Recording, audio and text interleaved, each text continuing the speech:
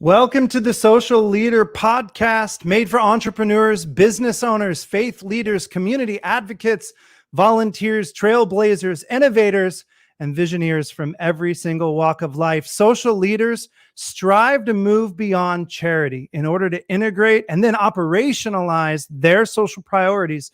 They're forging sustainable solutions in order to solve our community's most tangled problems. Social leaders are the most creative, most important leaders of our time because they're striving to lead with greater social impact in order to change our world. Friends, welcome to this episode of the Social Leader Podcast. I'm Father Justin Matthews. And hey, real quick before we begin, I want to let you know that today's episode is presented by Reconciliation Services. We're a nonprofit social venture in Kansas City, Missouri, working to cultivate a community that's seeking racial and economic reconciliation so that we can reveal the strength of all. You can find out more about Reconciliation Services and even support our work at rs3101.org. I am super excited today to welcome a good friend, our guest for this podcast. Her name is Nika Cotton, and I got to tell you before we begin, Nika is one of those people that you just want to get to know. She's a poet. She's an entrepreneur. She's a founder of multiple collectives and businesses. She's a mom. She's a community advocate. And she's also a former employee here at Reconciliation Services. Nika, thank you for coming on the Social Leader Podcast. Welcome. Thank you. Thanks for having me. I'm excited to be on this episode. Absolutely. And before we begin, I just want to tell everybody we are, if you're watching us live, we are on Facebook and YouTube, and you can make comments live, and we'll do our best to incorporate those thoughts into the show today. And if you're watching on YouTube or after the broadcast, you can find more of those archived comments on our Facebook page or on YouTube. Well, Nika, I really want to just dive into your story a little bit. You have a really fascinating leadership journey, and you have a lot going on right now that we're going to get into in terms of your new business and all the cool stuff that you're working on. But just tell us a little bit about your leadership journey, who you are, and how you've become the amazing leader that you are today.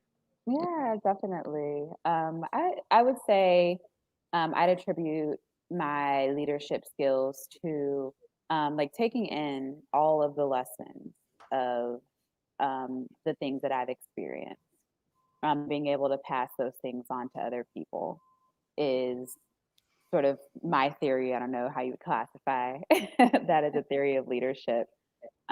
Is just, I guess, growth leadership, like learning and growing and being able to share the things that you've learned with other people. Who were some people in your life that did that for you? Did you have anybody, or there's some folks that really stand out that had that growth mindset, that growth leadership, and taught it to you? And what did you kind of take away from that person? Yeah, definitely. So the first business that I ever started, it was a freelance writing company. So I'm a writer by passion. That's like the thing that I do. If there was no money, if money didn't exist, is just write, Right. just sit under trees and write things.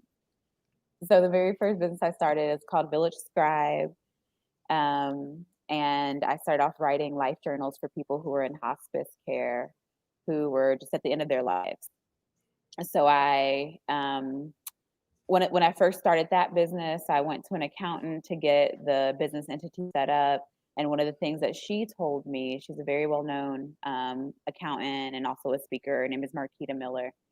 Is that whatever you do with your business, be sure that you empower and inspire other people who are trying to do the same things, and that you'll always, get where you're going. You'll always be successful if you do that thing. And so I've tried to make that or build that in to the way that I run business. Is it's always empowering and inspiring somebody else. So that's like the first principle of, or the first value of any business that I do, is that it's how is this empowering, inspiring somebody else.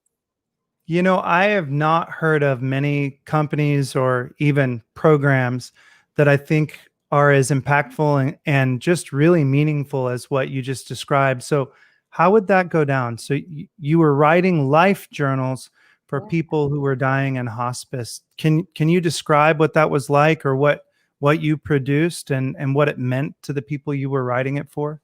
Yeah, definitely. I would say it was really even just that experience of doing that business.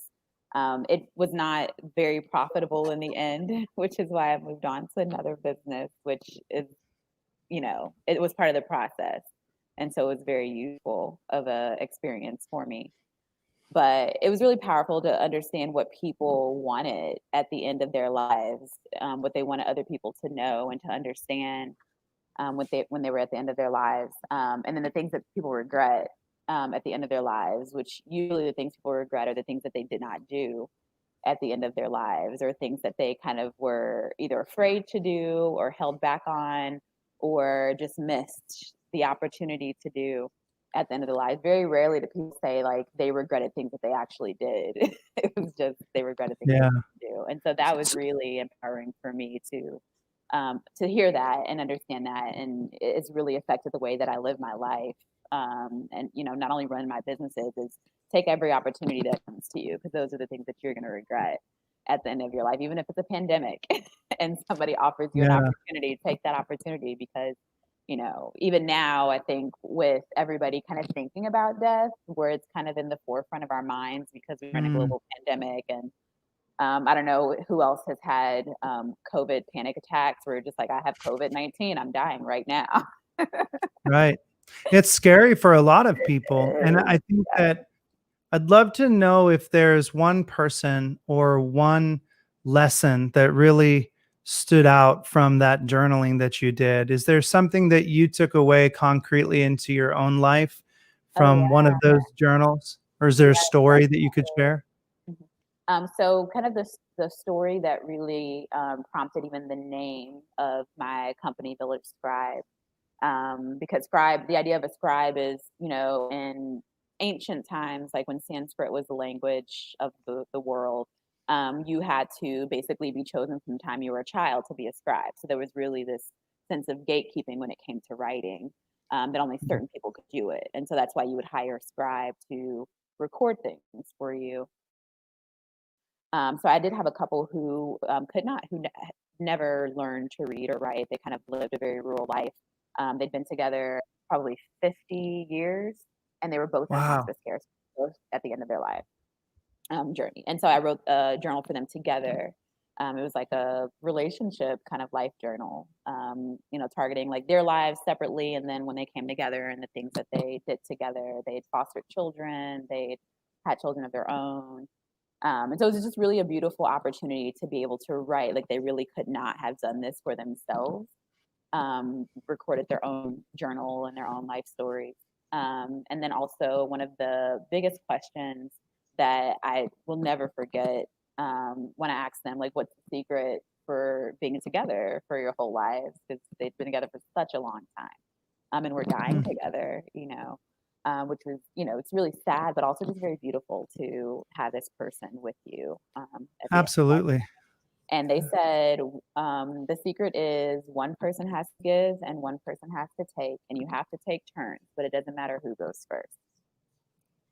So at the Yeah. time, I didn't completely understand even the whole lesson behind that. It was a few years later before I realized, oh, it doesn't matter who goes first, because when you really love somebody, like them being happy is as joyful as you being happy. And so that's why it doesn't really matter if they go first or if you went first. So yeah, that was a And really that feels like a lesson we really need to embrace right now, given our, the inequities in our country, the really mm, violent conversations around race and equity. And would that there would be some modicum of a desire to let the other person go first and to really listen. That would be really helpful right now, I would yeah, think. yeah, definitely. Or even find, being able to recognize that there's a joy in other people, you know, being happy or having justice. That it should bring a joy to you when somebody else who's not you has Yeah. justice. So Sort of basic to most faith traditions and so easily forgotten and hard to embrace. So you founded that company I and did. then you're doing this incredible writing. What did you do after that? So I ran my company for a while. I tried to get a contract with a local funeral parlor to include my like life journal as a package for their like services that people purchase in advance. So a lot of people will purchase like funeral packets in advance. I wasn't able to get enough business to make that sustainable, so I just kind of moved along from Village Scrap LLC. About 5 years ago is when I came up with the name Soul Centricity. So originally it was based on this kind of theory of human development that I read by Bill Plotkin. It's called Nature and the Human Soul. And Mm. it really resonated with me, just the way that he described kind of our like living in um, kind of community with one another and community with the earth, with the space that we occupy. Just really, really resonated with his theories um, on like soul-centered human development. So it's kind of where the idea of soul centricity, like the title, came from. But what it Yeah. meant to me was also just like this, because the N is TEA, which is a play on words. I've always loved tea. I've always been like a known tea fanatic to all of my friends, probably as far back as high school, maybe even before then.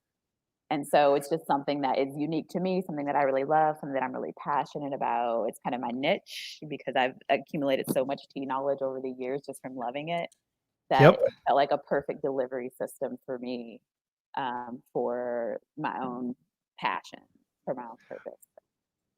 Well, there's a comment that just came in that I want to put on the screen, and it's from Bonnie. Bonnie said, "An aside, I wrote and reviewed tea for several years, and it was very useful in teaching me to be present in the moment. No tea bags, right?" No So, bags. yeah, tell me about how tea informs or impacts your leadership or helps you to be present. That Yeah. grounding that you're talking about. So I did before I started this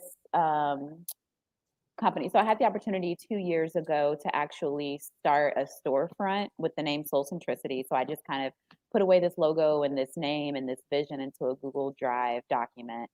Some friends of mine were starting a business that I was kind of joining their collective team, selling my teas at their shop, and their deal fell through, and I was able to like take over leadership of that opportunity and start a gift shop on Truth, called Soul Centricity in 2018. And so that closed down a year ago. And in the interim, I was doing something or doing tea ceremonies and also doing something called Tea and Social Justice, where I would just meet one on one with people and bring my little basket, I have a little picnic basket with all of my tea supplies and my little electric tea kettle, and just talk to people about social justice issues that they cared about. And then pass on any information that they might want me to share with the next person. So just kind of these very one-on-one I conversations. remember when you were telling me about forming that, and I thought it was such a brilliant, like simple, but attainable and brilliant response to the civil unrest and to the need for racial and economic reconciliation. Have you carried those like tea parties or those tea and social justice meetups into Soul Centricity now, into the shop, or are you still doing that? Oh yeah, definitely. So we haven't started our events yet, but we will be doing an open mic, rhetoric, tea, and poetry, which will basically the rhetoric portion of that is basically social issues that we'll be addressing. That so people can do poetry, they can do speeches, or they can just present a topic for us to discuss during these events. So we haven't started yet, but we will be starting, and I'll be using a lot of the issues that I categorize as topics for those discussions. So Well, and I know that before we get full on into, I want to kind of get into what it was like to start a company or what it is like right now to launch this company during the time of this pandemic. But before that, your advocacy for the community and your work in social justice is not just about tea conversations, which is a powerful modality, but you also worked as a caseworker here at Reconciliation Services, really interfacing with the community. Talk to me about like what did you learn from that? How did that coincide with your mission of soul centricity? And what did you take away? What did you see? yeah, definitely. I think one of the most powerful things during my time at Reconciliation Services, which I'd been familiar with Reconciliation Services, I did trauma therapy, went through one of the classes, one of the 6-week classes. And it really positively impacted my mental health to go through the classes that I went through there. So I'd already had a familiarity before I started working at reconciliation services, with the services that they offered. But my time there really gave me an opportunity. It was kind of just a training for me. I felt like, to really have an opportunity to interface with the community, to learn and develop skills, that I've used. I've had customers come in actually who were clients that had been served at reconciliation services, and so just to see that, to the familiar faces, of people. I had a gentleman comment that he was impressed with the way that I dealt with a homeless customer who would come in that I'd given coffee to.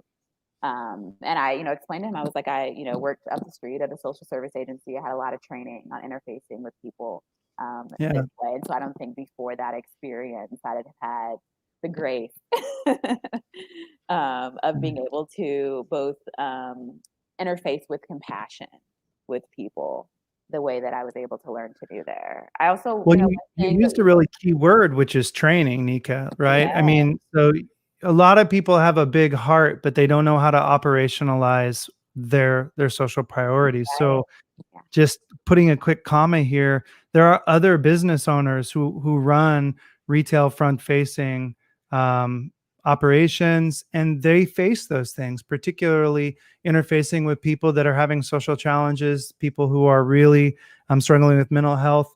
Kind of, what are 2 or 3 things that you learned through your work in the community and social work with reconciliation services that you now put into practice? Like, make that practical for us. How do you use that? What training is helpful? Yeah, I think the biggest thing is responding from your compassion and not from your fear. Because especially now with COVID-19, a lot of our homeless population is very transient population, Mhm. so they're very vulnerable at high risk, and so it can be scary even, and I still feel that fear when people come in, particularly if they're coughing, particularly if they, haven't had access to sanitation for a few days, and it's very obvious Yeah. for those things. And so responding from compassion and not from your fear of that person or a fear of whatever they represent to you is always going to give you a better result than if you just respond like, how do I, I'm kind of afraid. How do I make everything safe right now? So respond with that compassion. You can still make things safe and find a very compassionate way to Mm. interact with people. So, and then It's also really just hard to do. I mean, it's it is very hard to so be it compassionate when somebody's, up in your face or, demanding or something. is. And I think that you make a really good point that's not just um, for running a retail shop, but in general right now, just learning when we are confronted by someone or a thought or, a tweet, whatever, that really sets us off or really triggers us, taking a minute to sort of like have that mental cup of tea, slow Mhm. down, and then tap back into your compassion, into your heart, and then respond from there. I don't think we're ever going to agree with everybody, but I do think that we have a choice, right, about how we respond in the world and how we move through the world. Yes, definitely. And I think that, one of the things about tea, if we consider like in history, the Boston Tea Party, tea is a very revolutionary Mm.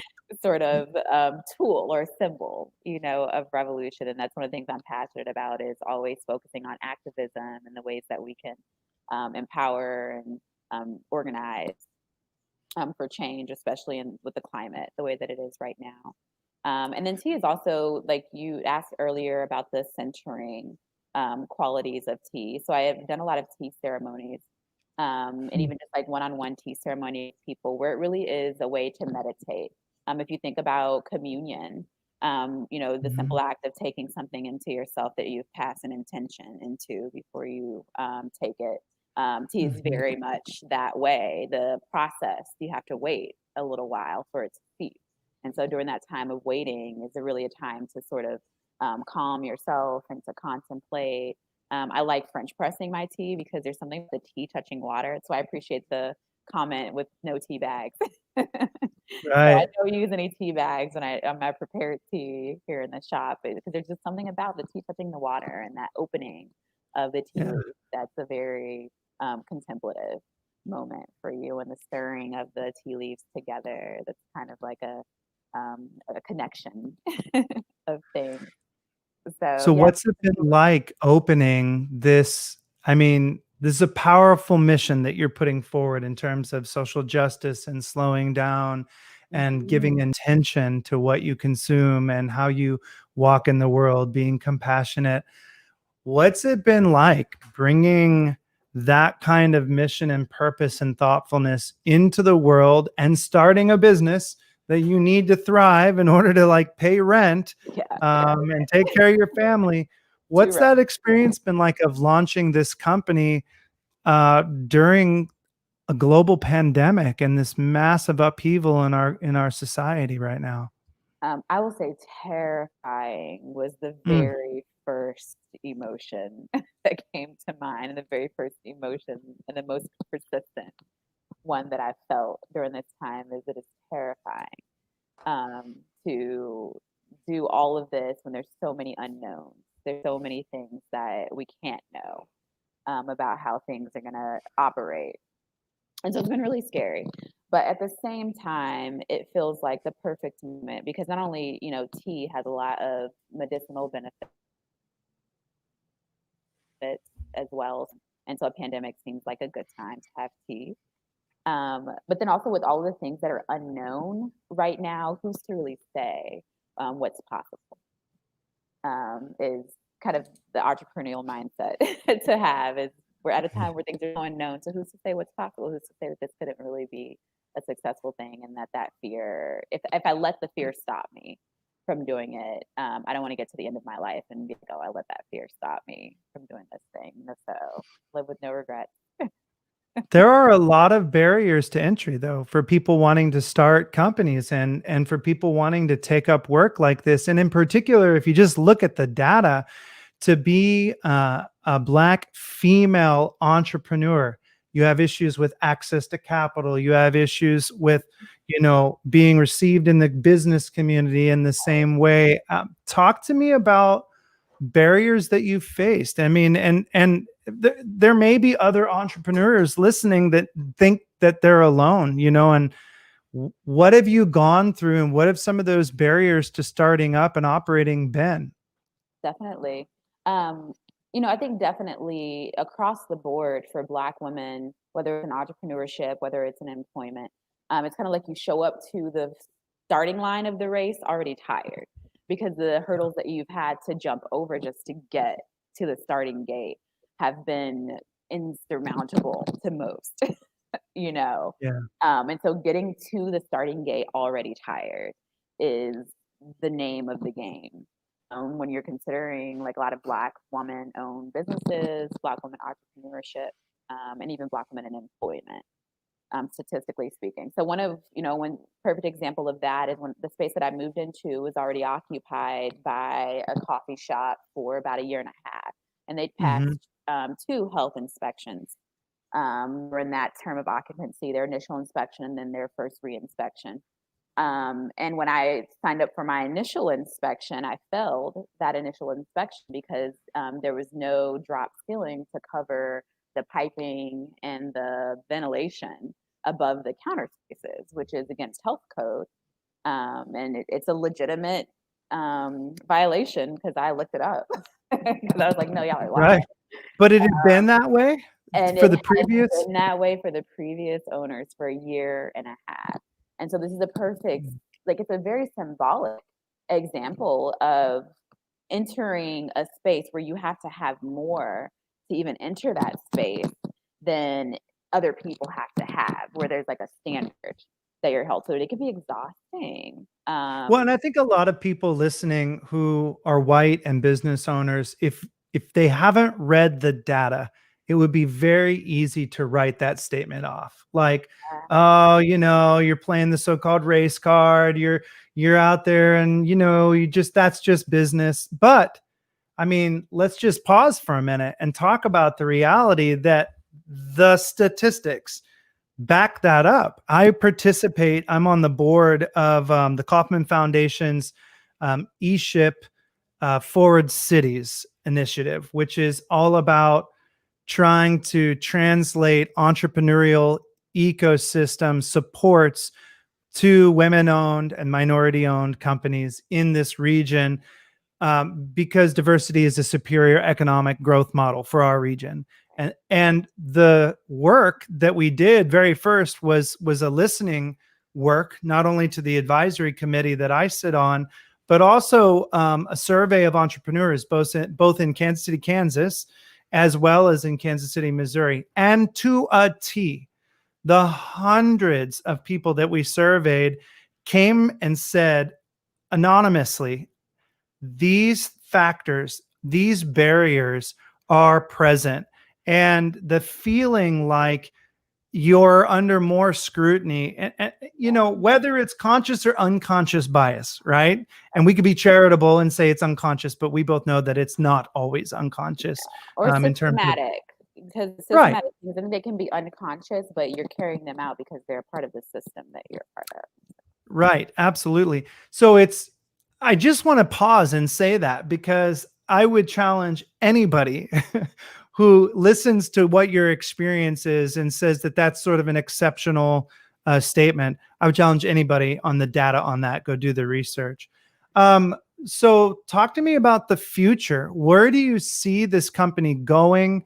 How are you going to get there? And what's your plan? You know, hopefully COVID ends, God willing, at some point in time. What's next? Where do you go? These days, honestly, I am playing it by ear, trying Yeah. to grow business. I'm doing a lot. But for me, also this experience, I have a 1-year lease. And so it's slightly lower risk to think of over this year, I'm going to grow. I'm going to learn so many things about running a business. I'm experimenting, which is the most exciting part of it. Is there's all these ideas and these things that I've wanted to create, because at my heart, I'm a creator. And so I'm really just kind of throwing myself into the process of creating and of growing, and enjoying this process. Because as I grow this business, it's also growing me. I'm also growing and I'm learning and I'm developing new skills and new things, so that even if this doesn't work, it's going to be something better for me on the other side. So I'm trying not to put way too much into the future, because I don't know. I don't even know when I'm going to be able to have large gatherings here in this space, but I'm really enjoying the process. Also, I will say something that a very wise man once told me. His name is Father Justin. I'll What? get you that $20 that I promised you, whatever it is you're about to say. Go ahead. Go ahead. Yeah, no, he's not paying me anything. So I remember you telling me, when you pour yourself a cup of tea, the tea spills over onto the saucer underneath is enough for everyone else, you know, and making sure that your cup is always full. And I've really taken that to heart. I've been intentional, consistently about making sure my cup is always full, because it's exhausting, you know, kind of trying to run a business. I'm here right now, 7 days of the week, all of the open hours. And so really intentionally filling my cup constantly and making sure that whatever runs out is just the spillover on the saucer, for people. And I've gotten so much feedback from people about the way they feel when they come into this space.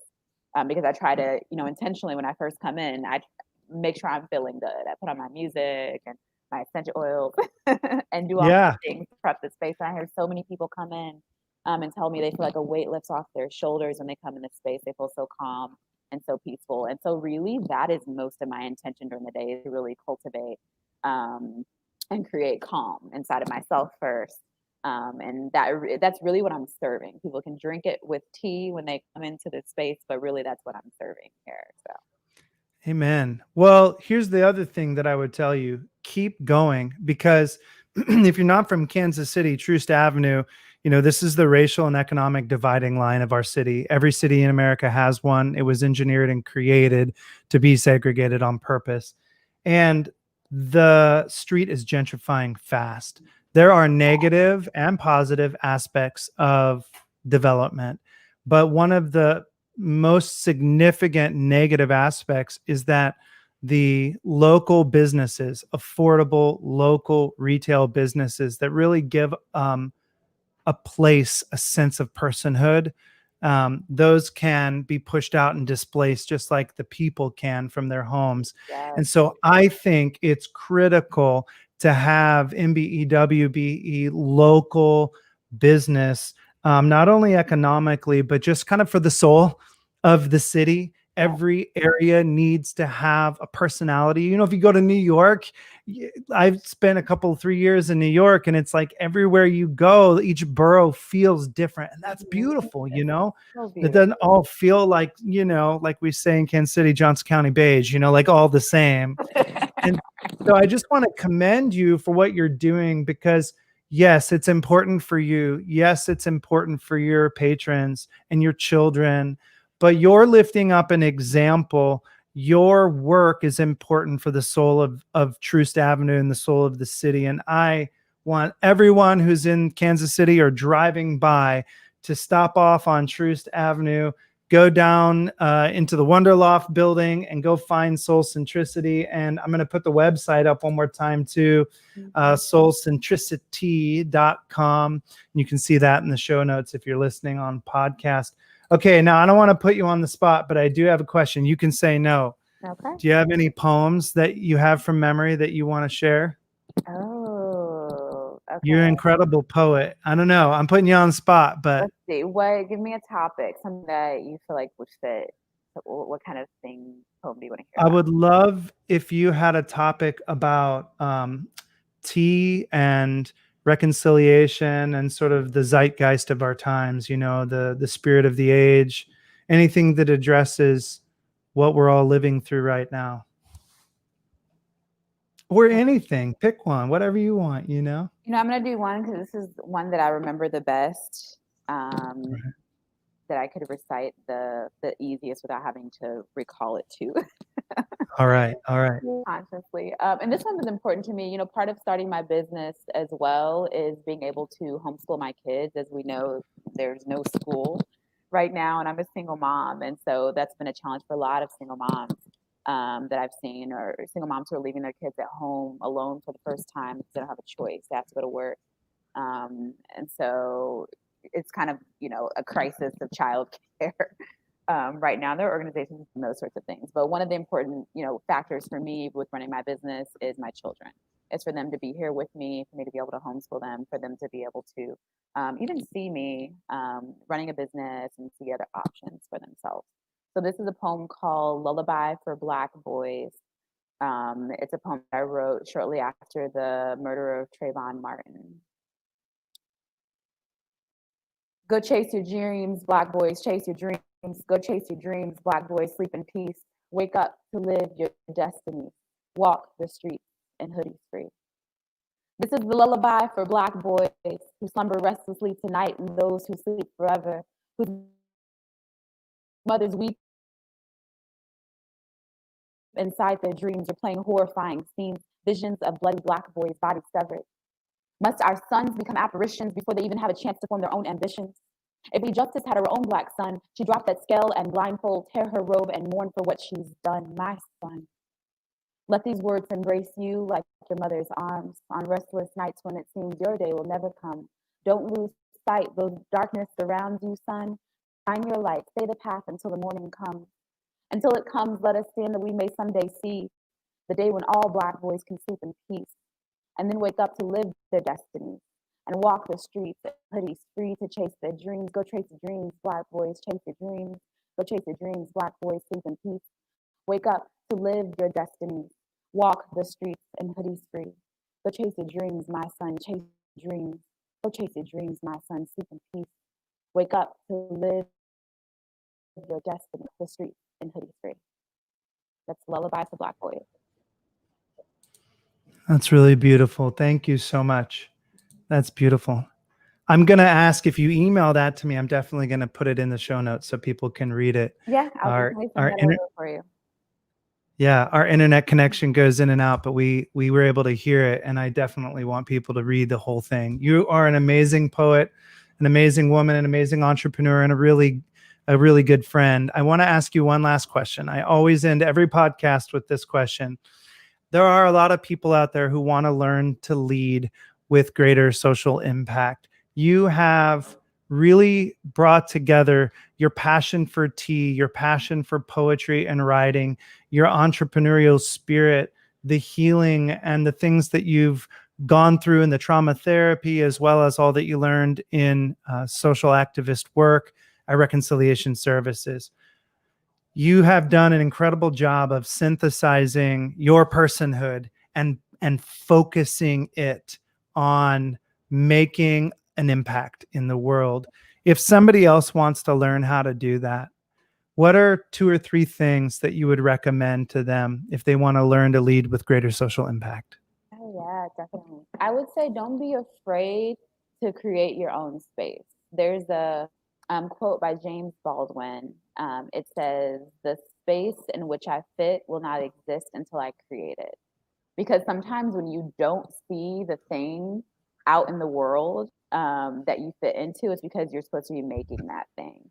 And so don't be afraid, to create it and to experiment and to look silly. Like nobody's going to have the answers for you on the thing that you're supposed to create. And so like don't be afraid to do that. That would be my biggest. I love it. I love it. The idea of if you don't fit in where you are, if you got a vision and you don't see it yet, go make it. Go create it. You are the consummate entrepreneur. Even your way of looking at the world, it's like, I'm going to go make it. And I love that. I love that about you. Definitely want to make sure that everybody goes. I'm going to put the website up again. Soul Centricity, SoulCentricitea, like tea, SoulCentricity.com. Especially if you're in the Kansas City area, make sure you go down on Troost Avenue to Soul Centricity. Nika, thank you for sharing your life, your poetry, your leadership, and this time with us today. I really, really appreciate it. No problem. It's an honor to be a part of your podcast. Thank you for having me. Absolutely. Okay, hang with me. We'll be right back. Hey, friends, I am so thankful that you spent another podcast with me on The Social Leader. And I want to tell you real quickly before we end today that if you're in Kansas City and you are hungry for lunch, Reconciliation Services just launched a brand new social venture. We're offering affordable food to the community. And at the same time, we're fueling the nonprofit work that we do, serving the community with social and trauma therapy services, as well as doing education work around race and economics and equity in a time where we really need to be connecting on those things. And in a time when there are so many thousands of our neighbors struggling to survive and succeed, and we need your help. We need you to help us fuel this mission. And it's super easy. All you've got to do is eat lunch. You can go to thelmasboxlunch.org. I'm going to put that up here if you're watching on YouTube. thelmasboxlunch.org. You can order an incredible lunch, 5-star Yelp rated food from Reconciliation Services. Come pick it up at the window, or if you're doing a big group order for your organization or your company or a meeting that you're having, we can also arrange to have it delivered to you. But it would help us so much. I call it slacktivism. It's like slacker activism. You don't even have to leave your pajamas and your computer while you're working from home in order to really make a difference in this world and to help us further the mission of Reconciliation Services. So I wanted to make sure to tell you about that. And lastly, if you like today's podcast, if you want to hear more about social leadership and learn more about people like Nika and her incredible work, I need a big favor from you. Wherever you listen to podcasts, whether it's on Apple or Spotify or YouTube or Facebook, I need you to hit that like button. Give us a thumbs up. If you're on YouTube, hit the little bell button in the corner and make sure to share this podcast with as many people as you can so that we can lift up this vision of social leadership. We all need to embrace social leadership right now so that we can make a positive impact when it is so desperately needed. So once again, thank you so much for joining me today on the Social Leader Podcast. Until next time, let's together learn to lead with greater social impact.